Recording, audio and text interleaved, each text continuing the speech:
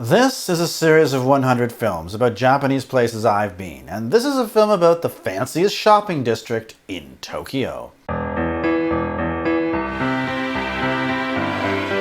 Ginza is a district in Chuo Ward, Tokyo Prefecture in the Kanto region, the area around Tokyo on the island of Honshu in eastern Japan. It's serviced by the Hibiya Subway Line, the Marunochi Subway Line, and the Ginza Subway Line.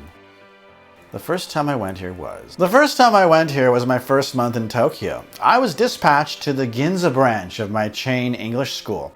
And Ginza is the place to be to buy luxury goods in Tokyo, at least if you come from out of town. Most locals can go to any major department store to buy a Louis Vuitton handbag, basically. The one thing that Ginza does well is concentrating all major fashion brands into a few blocks. Coach is near Dior, a block from Hermes.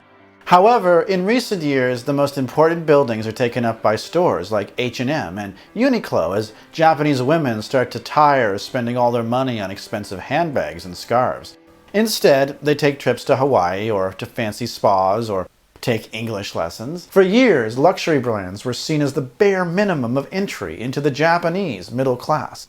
If a woman didn't have a Louis Vuitton handbag, well, people would think she was poor. However, as throngs of Chinese tourists began to crowd the sidewalks of Ginza in the late 2000s, expensive brands fell out of favor. In their place arrived fast fashion brands like Uniqlo, items you wear for 6 months then throw out because they're inexpensive. In Ginza, not only will you find luxury brands, it's where all the big traditional theaters are, like the big Kabuki Theater, and a lot of trains stop in Ginza, which is useful when parking is $12 an hour. 3 subway lines service Ginza Station, and a couple blocks to the west is the JR Yurakcho Station.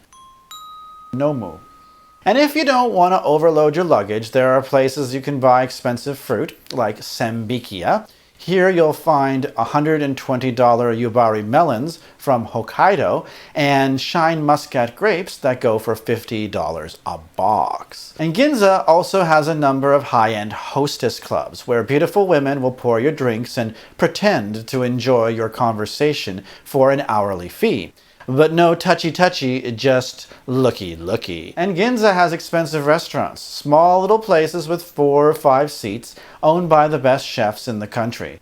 You, of course, won't be able to get in. These restaurants charge $400 or $500 a person for fixed dinner menus, and they have an exclusive membership list.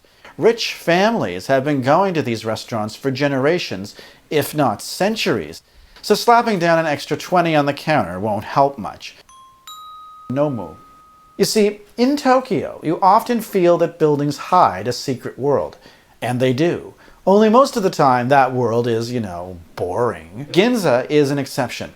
Those doors in side streets and down alleyways really do wall off Japanese rich people from the rest of society.